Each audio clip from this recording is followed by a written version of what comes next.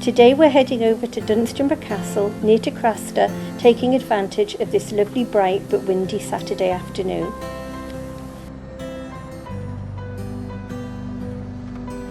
Dunstanburgh Castle is on the Northumberland coastal route, which includes 64 miles of beautiful coastline and is situated between Craster and Embleton.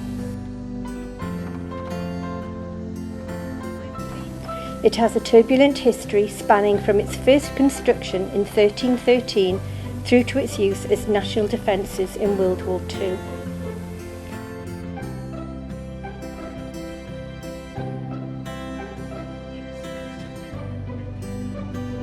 The gatehouse was part of the Craster estate, which was built in the 15th century and can be driven through when entering Craster village.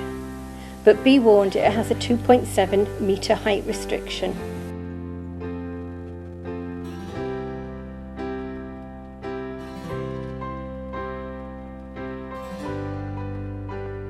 As parking is prohibited in the village, we stopped at the Quarry Car Park on the outskirts. The car park was once one of 3 sandstone quarries in the area.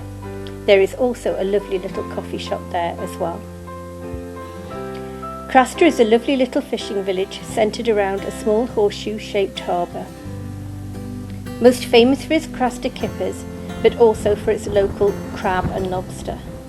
The coffee shop by the car park sells fresh kippers in buns and are well worth trying.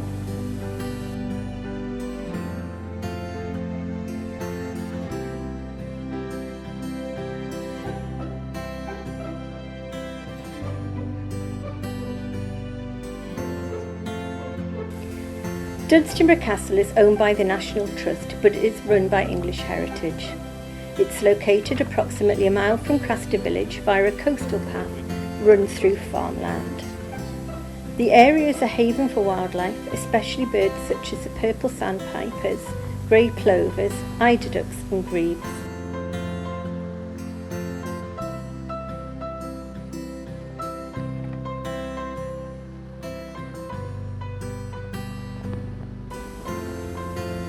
Unlike neighbouring castles of Warkworth and Bamborough, Dunstanburgh Castle was not built originally for border defences against the Scottish, but instead was constructed as an escape from a British king.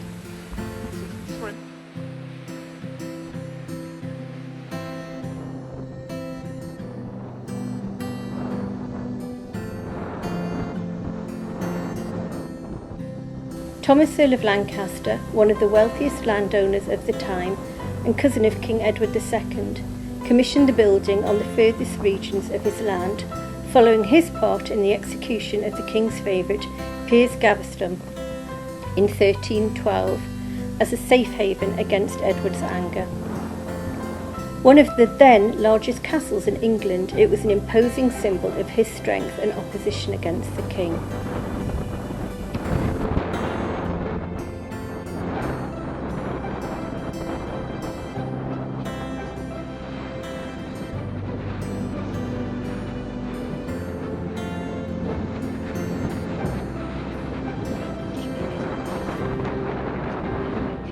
Thomas is said to have only visited the castle once on his way to Berwick, and failed to reach it again when he was executed in 1322 for his part in a second unsuccessful rebellion against King Edward II. Thereafter the castle became property of the Crown, being managed by constables before being passed to the Duchy of Lancaster.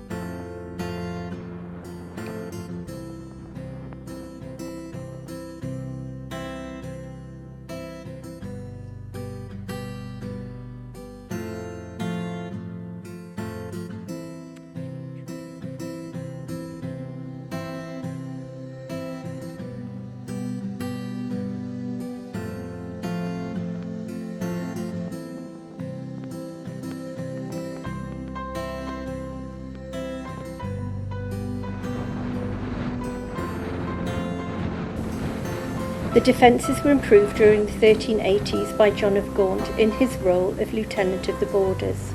He added the gatehouse tower, which is still standing in part today. The original gatehouse became the keep. The castle continued to be a Lancastrian stronghold during the War of the Roses, though it changed hands 5 times between Lancastrians and the Yorkists.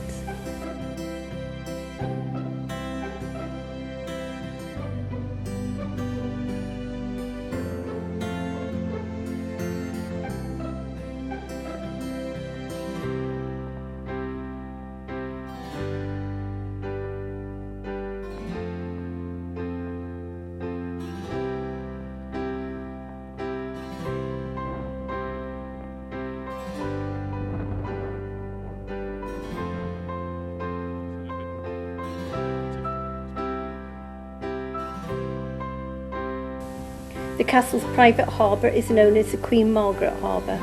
Allegedly named after Margaret of Anjou, wife of King Henry VI and one of the principal players in the War of the Roses. It is said she escaped back to her homeland of France and returned to the harbour with the French army to support her husband's campaign against the Yorkists. Following the union of Scotland and England, with James I of England, 6th of Scotland, ascending to the throne, border defences were no longer necessary, and the castle passed to private ownership, falling into disrepair with the stonework scavenged to build local houses and the land used for farming.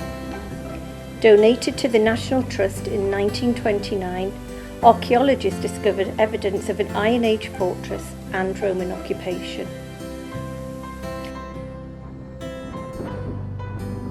During World War II, the natural defences were called on again, and the castle was used as an observation tower in defence of the English coastline. The castle and surrounding area has so much history, making it a well worth visit, especially for families and history buffs alike.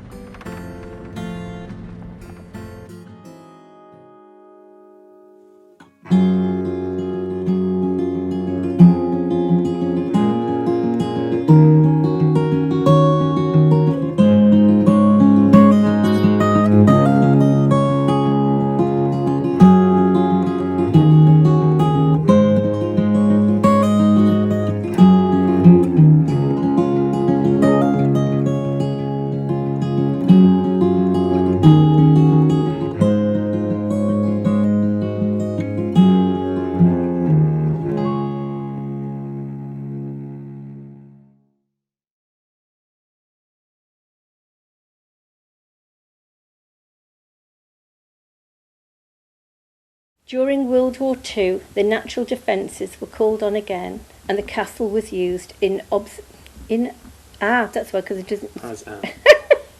Azam. Did lucky. During... Or not. Oh my God, it takes me back to theatre days. Stand there.